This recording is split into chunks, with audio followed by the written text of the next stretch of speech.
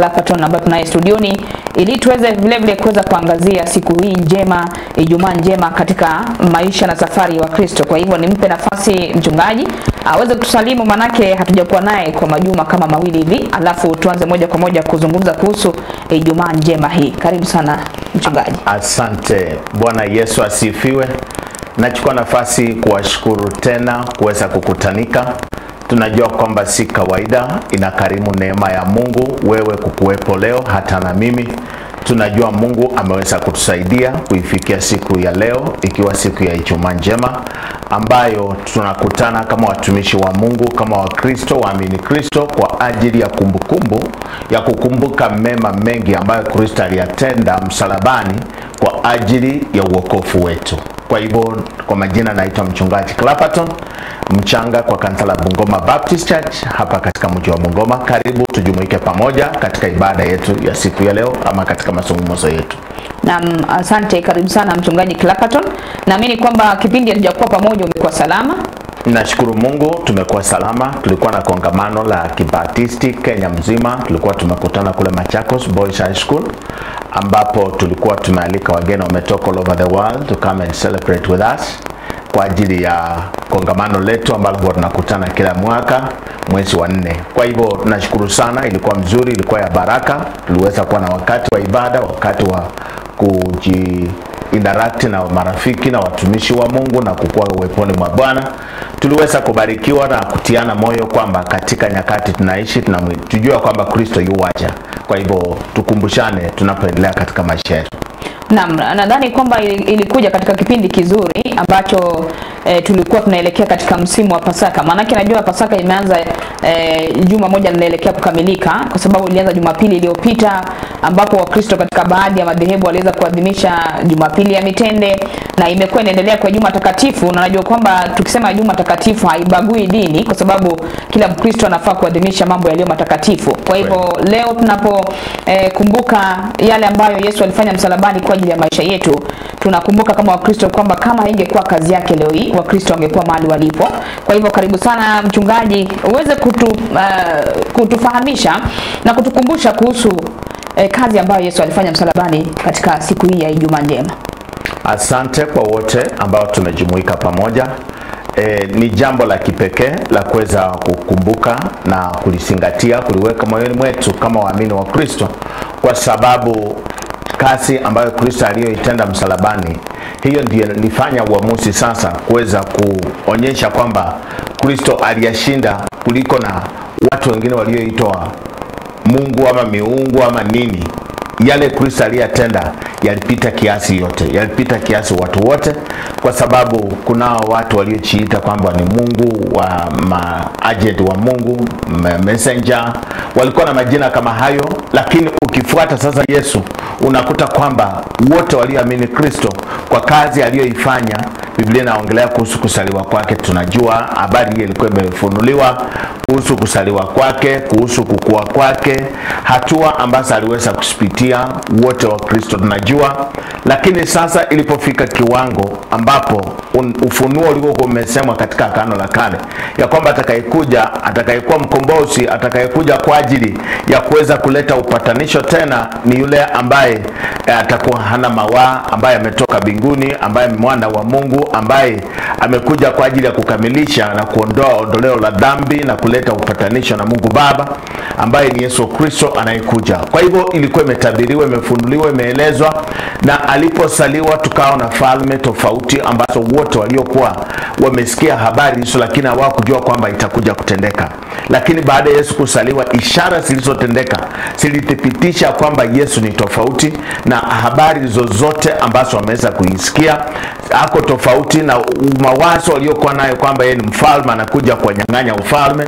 Kwa hivyo mambo hayo yaliweza kufanya wakaishi wakiwa kwamba kuna mtu si wa kawaida, kuna mtu kati yao ambao si wa kawaida. Tunapoona siku hiyo ambao ilitabiriwa, na hata siku yeye mwenyewe akaitabiri. Wanafunzi waliokuwa karibu naye wakawa anawakumbusha, anawaeleza ya kwamba yeye amekuja na kwa ajili ya ufalme, si kwamba ufalme wa dunia hii, ni ufalme wa mbinguni, na anataka watu wote wakaweze kumrudia Kristo, na amekuja akaweze kuleta umoja, alete watu wawe na umoja, wawe na ushirika, wawe na amani.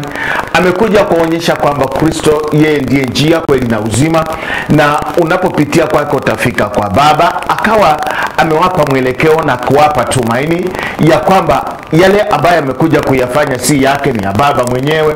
Kwa hivyo watu wote walikaa wakijua kwamba kuna wakati ambayo amekuja ataweza kurudi kwa Baba. Kwa hivyo tunapoona siku hiyo ambayo siku ya Ijumaa, tunaona kwamba ilikuwa imetabiriwa ya kwamba kati ya wale wake ambayo amekaa na wao waliokuwa marafiki zake, kati ya mmoja atajitokeza kuwa msaliti, na atakayejitokeza kwa ajili ya kuweza kuwaonyesha maadui ya kwamba huyu ndiye, na katika hiyo hali akaweza kushikwa na kusulubishwa.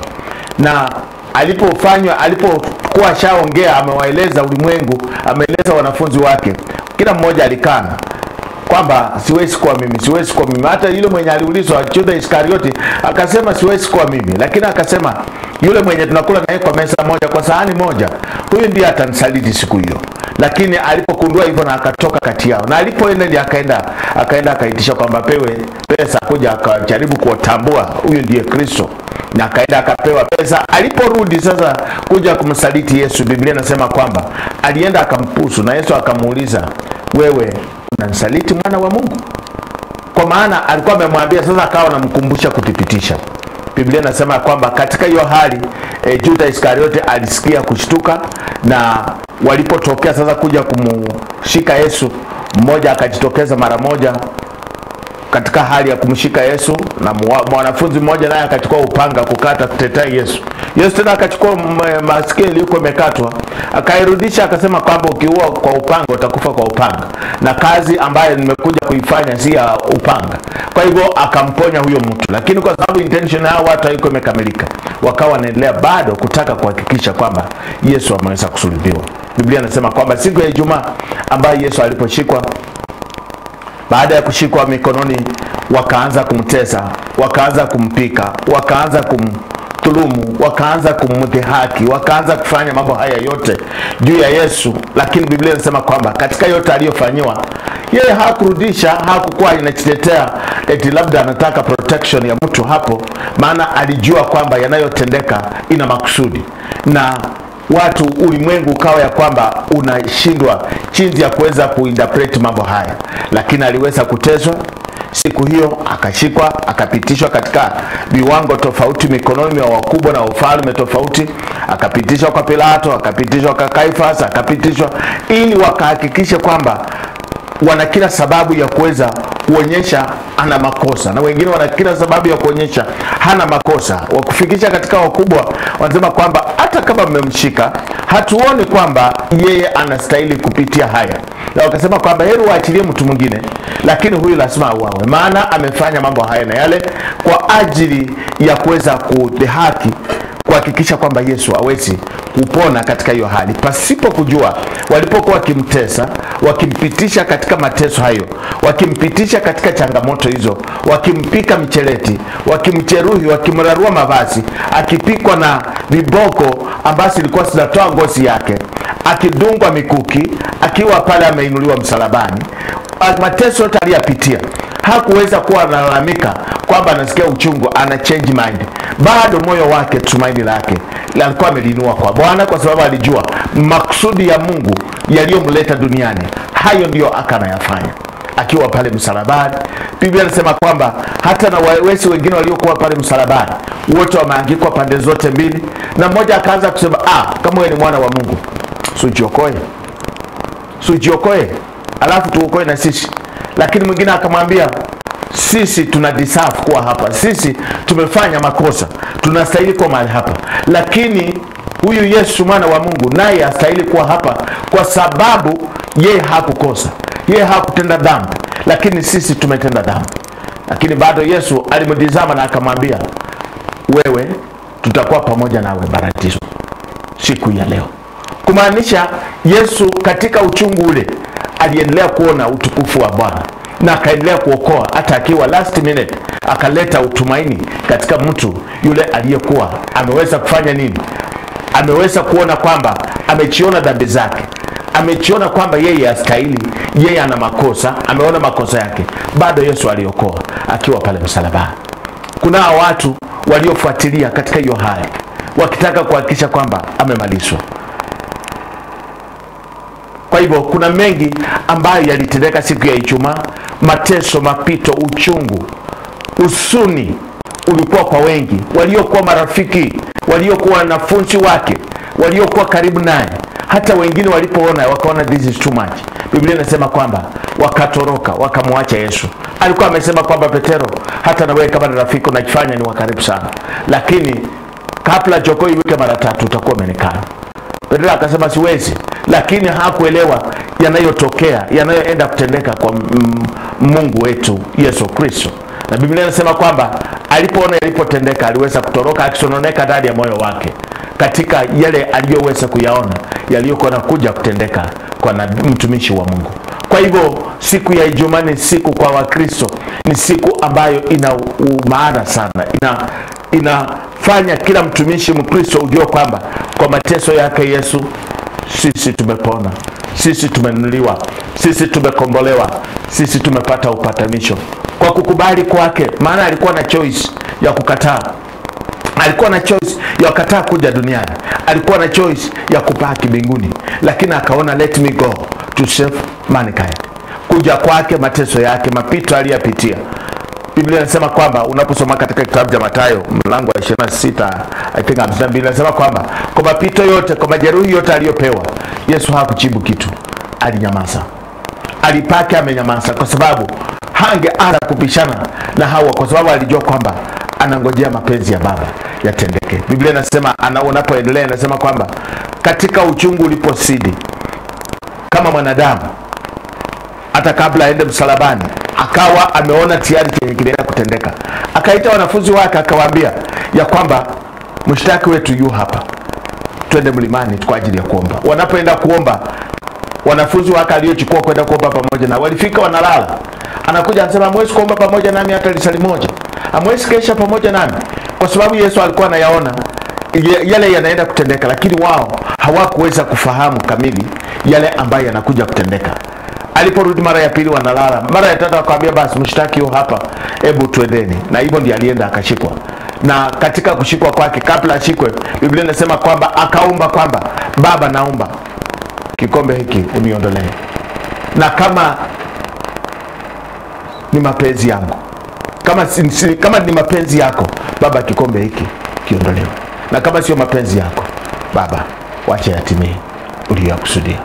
Na Biblia inasema kwamba Mungu akanena pamoja naye, akamtia nguvu, akampa nguvu. Biblia inasema wanafunzi walipomtazama walimuona anang'ara katika utukufu akiwa pale msalabani. Biblia inasema akiwa ameinuliwa pale, akiwa katika hali ya uchungu, watu wamesimama wanataka kuona nini kitatendeka, akiwa damu inatoka, amepikiliwa misumari mikononi na kwa miguu yake, ametungwa mikuki, damu inatoka na maji inatoka kwa ajili ya uponyaji na ukombozi wetu. Akiwa ameinuliwa pale, Biblia inasema kwamba watu wakiona akiweza kuongea matamshi aliyokuwa anasema, wakaanza kusema labda anaita nabii Elia ama kina Musa wakuje kuweza kumuokoa, maana hawakuwa wanaelewa kinachotendeka juu yake. Biblia inasema ilipofika masaa ya saa 6, nchi yote ikawa giza, ulimwengu wote ukabadilika, na wote waliokuwa karibu naye wakaona kwamba kweli huyu ni mwana wa Mungu, na wote wakaweza kutoroka. Na akiwa mahali pale ameinuliwa, na akasema Eloi Eloi lama sabakthani. Katika maombi hayo aliyotamka katika hali ya uchungu, Biblia inasema kwamba kwa muda mfupi akaitana roho yake kwa Bwana. Kwa hivyo siku ya Ijumaa, siku kama hii wa Kristo, ni siku ambayo wa Kristo tunahitaji kureflect, tunahitaji kuwaza, tunahitaji kujiweka katika hali ya kutengeneza uhusiano wetu na Kristo, kwa sababu it will be meaningless siku kama hii kama unaichukua ya kawaida. It will be meaningless. Siku kama hii wewe unaiona ni siku tu ya kusherehekea, ni siku kumbukumbu ya yale Yesu alitenda, kukutoa katika ulimwengu wa giza, kuleta upatanisho na Mungu wetu. Naam. Muhimu tena sana, na ni kitu ambacho si hadithi tu ambayo tunaikumbuka. Si maandiko tu ambayo ya maandiko kwa ajili ya kusoma na kupitisha muda. Lakini ni kitu cha msingi sana katika maisha wale ambao wanaamini katika imani, katika Ukristo, katika kazi ya Yesu pale msalabani. Naamini kwamba ni siku ambayo tunafaa kutafakari, kama ulivyosema kwamba itakuwa ni bure kwa mtu yeyote yule ambaye anajiita Mkristo lakini akakosa kuidhamini kazi ya msalaba. Maana isingelikuwa kazi ya msalaba, pengine hatujui tungelikuwa wapi leo, Wakristo hawajui angelikuwa nani kama Yesu angeweza kujitolea. Na ni wakati ambapo pengine natupa nafasi ya kuweza kutafakari na kuweza kujirudia na kuweza kuona mahali ambapo tumekwenda kinyume na mapenzi ya Mwenyezi Mungu. Manake kazi ya msalaba ilikamilika mara moja na ikatupa ondoleo la dhambi, tukahesabiwa haki kwa njia ya neema, na kwa hivyo Mungu wetu anakuwa ni Mungu wa rehema, ili tuweze kujirejelea na kuweza kutafakari tena kuhusu matendo na mienendo yetu kama Wakristo. Ni kweli kabisa, kwa sababu kama Wakristo, this is the golden chance, ni nafasi ya kipekee.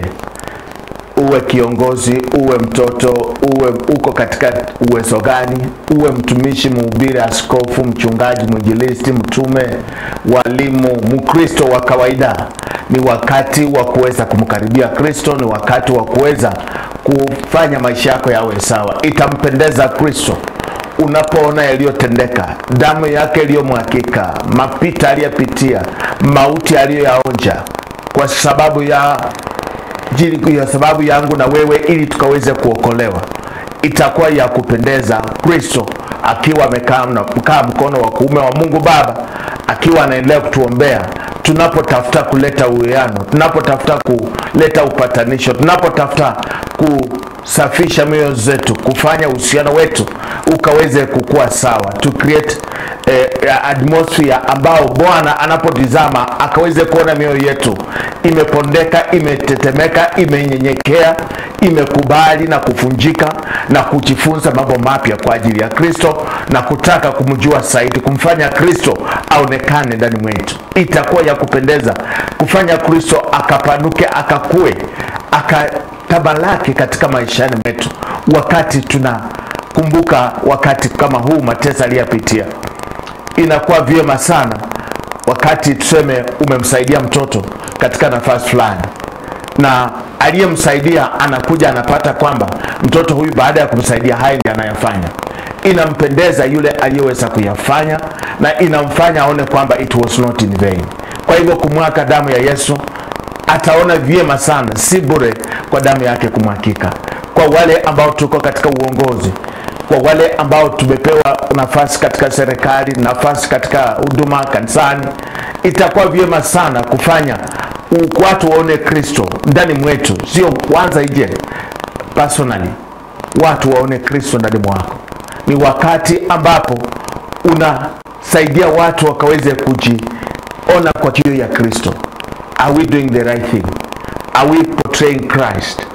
Is Christ at the center of our lives? What actions that we are taking or we are making, does it glorify God? And if not, what else can we do to make it right with God? This is the time. Watu wengine wamekaa kwa hasira, wamekaa kwa revenge, wamekaa na bitterness, wamekaa kwa corruption, wamekaa kwa ukora, wamekaa kwa mambo ambayo Mkristo akitizama ni kama tunamrudisha Kristo msalabani mara tena. Lakini Kristo anatutakia wote tukaweze kuuishwa, na watu wanapotutizama waone Kristo ndani mwetu.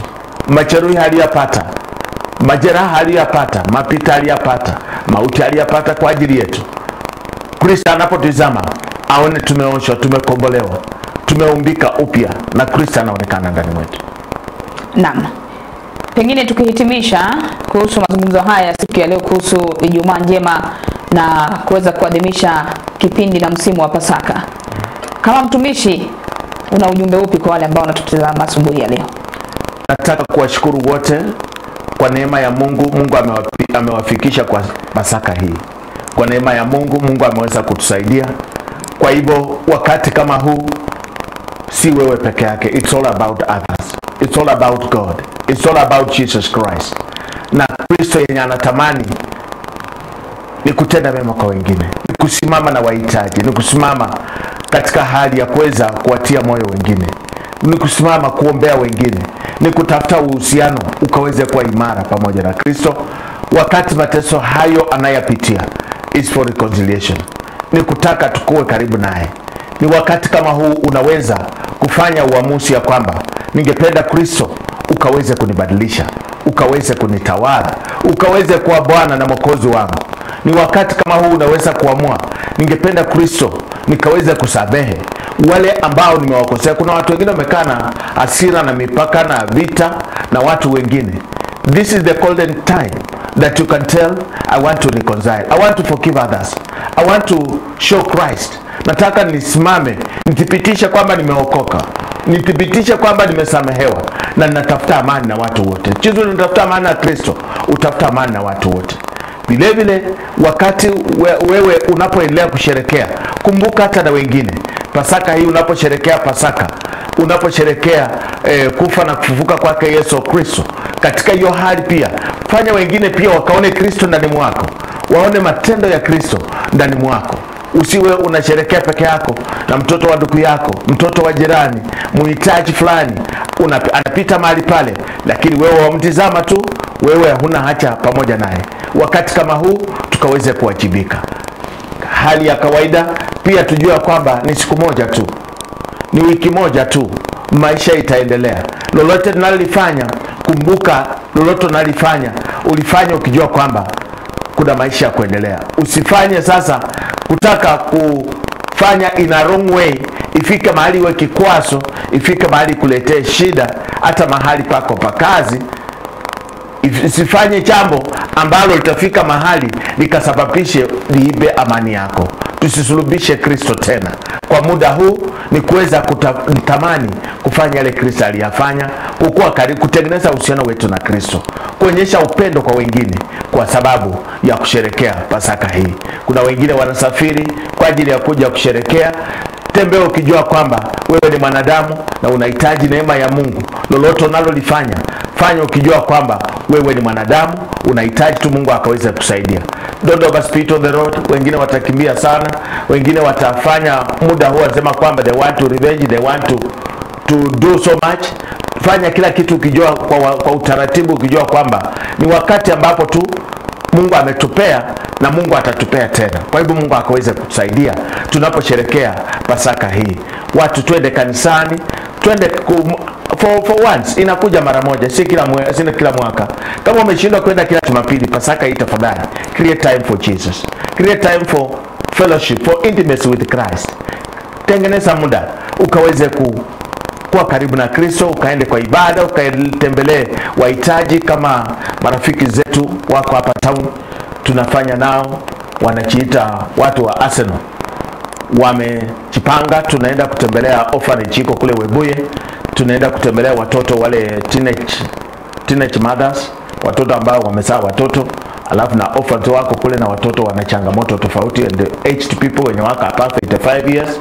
Tunaenda kuwa na sherehe pamoja na wao siku ya kesho, siku ya Jumatatu, ili tukaweze kuonyesha upendo kwao. Vile vile unaweza tembelea wale wahitaji kule nyumbani, onyesha Kristo kwa marafiki, kwa majirani, wale wanaohitaji, ili wakaweze kusherekea pia Pasaka hii chizi wewe unavyoenda kusherekea. Mungu akaweze kubariki. Naam, asante sana mchungaji Clapperton. Palikuwa na haja mtazamaji sana kuweza kuangazia masuala mazima kuhusu Pasaka na saa Ijumaa Njema. Ndio maana unaona leo katika msururu wetu tunaangazia sana kuhusu Ijumaa Njema na masuala ya Pasaka. Kwa hivyo pengine mchungaji, nafasi ya kuweza kusema jambo kwa wale ambao wanatutazama kabla ni kuachilia uweze kuondoka ili tufunge awamu ya pili ya Staff Time. Asante. Nawaombea wakati wa kipekee. Pasaka hii iwe Pasaka ya uhusiano wako na Kristo, ukaweze kukua imara, na tena ujue kwamba mambo yako yanaweza kuwa umepoteza tumaini kwa mambo fulani. Biblia inasema kwamba kama siku ya Ijumaa watu walipokuwa na Kristo waliona kwamba ni kama amesikwa, imeisha, tumaini lao limefika mwisho. Yule walijua atawaokoa amesikwa, yule mwenye amekufa wakijua kwamba imefika mwisho. Lakini ilipofika siku ya Jumapili, Mungu wa mbinguni alithibitisha ahadi yake. Yesu Kristo aliweza kufufuka akatoka kwa wafu na yu hai tena mpaka leo, na mambo yote yalikuwa yamekufa yaliweza kurejea na walipata ufufio. Kwa hivyo nataka kutia moyo mtumishi wa Mungu mwenye ulikuwa unaona umefika mwisho, kuna mwanzo tena. Bwana Yesu anaweza kuresurrect, Bwana Yesu anaweza kuchochea tena, na anaweza kuamsha baraka zako, ahadi zake juu yako. Anaweza kuyafanya yale yakulu umekata tamaa, Bwana Yesu akaweze kuyarejesha. Mtumaini Bwana katika Pasaka hii, Good Friday na mpaka Easter. Bwana Yesu anaweza kutenda jambo katika maishani mwako unapoendelea kutembea katika njia ya kujinyenyekesha na kumtumaini Bwana. Something good from heaven can be done in your life, in your situation yenye ulikuwa umeona it's too late. Kwa Mungu hatujachelewa. Wacha wiki hili tunaposherekea, sherekea ukiwa alert, ukiwa sensitive to the Spirit of God, because God can tap something into your spirit, and God can cause something that you have waited for a long time to happen to you. May the Lord locate you in this period of time. Mungu awabariki, Mungu awatende mema tunapoendelea kusherekea wiki hili. Wacha baraka za Bwana siwe pamoja nawe. Pasaka ya amani, Pasaka ya baraka, Pasaka ya mafanikio, Pasaka ya uhusiano wa kipekee na Kristo Yesu. Asiyenijua ni mchungaji Clapperton Mchanga. Namba ya simu labda anayetaka kunifikia ni 0705001937, 0705001937. Mungu awabariki, Mungu awatende mema. Siku ya leo tunaanza sisi Pasaka hiyo kwa kanisa Ndengelwa Baptist. Mama wote Bungoma wako na conference kule, tunaenda kuwatia moyo kwa sababu ya Pasaka hii. God bless you. Naam, asante sana. Tunamaliza awamu ya pili ya Staftahi. Tutakuwa naingia kwenye awamu ya tatu muda usiokuwa mrefu mtazamaji, kwa hivyo usiende mbali. Lakini kwa sasa namruhusu mgeni wetu mchungaji Clapperton aweze kuondoka ili akashughulikie majukumu mengine, manake ni siku ya Pasaka. Lakini mimi Winnie Wanyonye pamoja na mwelekezi Kelvin Kibet tuko hapa kwa ajili yako mtazamaji wetu. Amen.